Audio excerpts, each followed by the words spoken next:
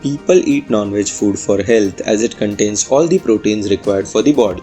For people aiming to build muscles, it is believed to be even more essential.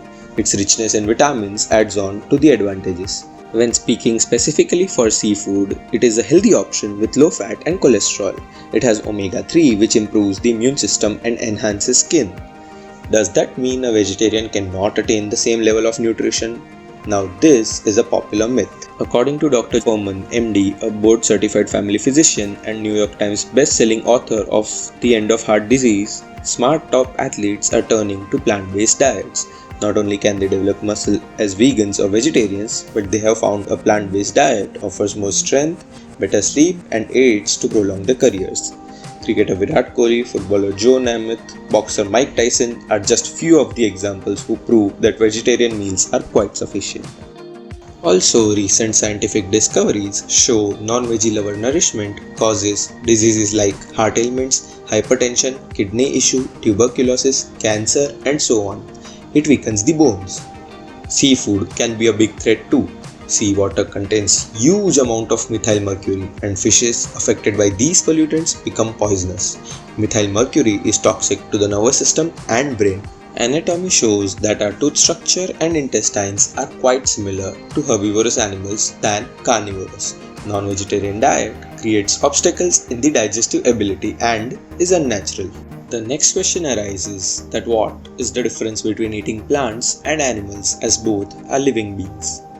Plants do respond to stimuli and defend against insect and microbial threats and occasionally produce poisons to keep animals away.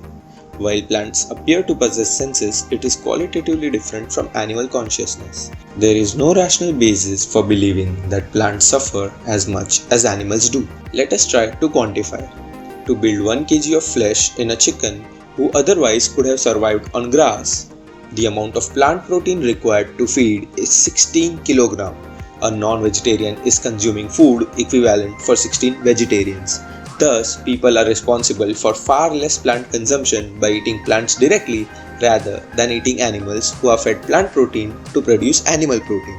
People eating non-veg food often argue that if all turn vegetarians, then food won't be left and people will starve.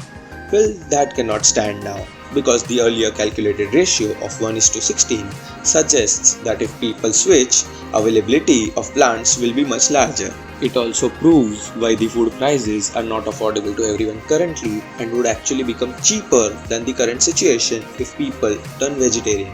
Even if we keep that aside and calculate it specifically for India, no problem would occur. The average grain and pulses consumption here per person per day is 500 gram. That amounts to 15 kg per month.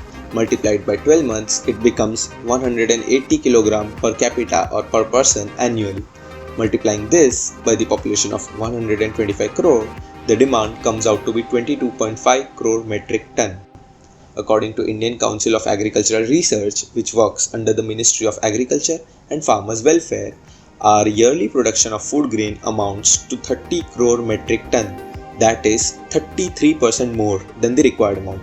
Why do people starve then? The food for humans is being given to the animals who need to be slaughtered for money. Simple. How does nature benefit from it? Eating meat contributes to 40% more greenhouse gas emissions. A large amount of bioenergy can be stopped from getting wasted by eating veg food. Beef has the highest water footprint of any food, needing 15,000 liters to produce a kilogram. It takes 6 times the amount of water as lentils to produce the same amount of protein. In contrast, vegetables use only 44 liters of water and grains just 132 liters to produce the same quantity. Did you know that the Prevention of Cruelty to Animals Act 1960 disallows Indians to inflict unnecessary pain or suffering on animals? So, you can take an animal to slaughterhouse for killing, but you cannot kick or beat it during the journey. Killing is the cruelty of the severest form. There are many videos on the web which portray the sheer brutality by which animals are treated and the pain they go through in a slaughterhouse. Most of us will not be able to gather the strength to watch it completely. Sir Paul McCartney said that if slaughterhouses had glass walls, everyone would be a vegetarian. Thus, being a vegetarian is being a humanitarian.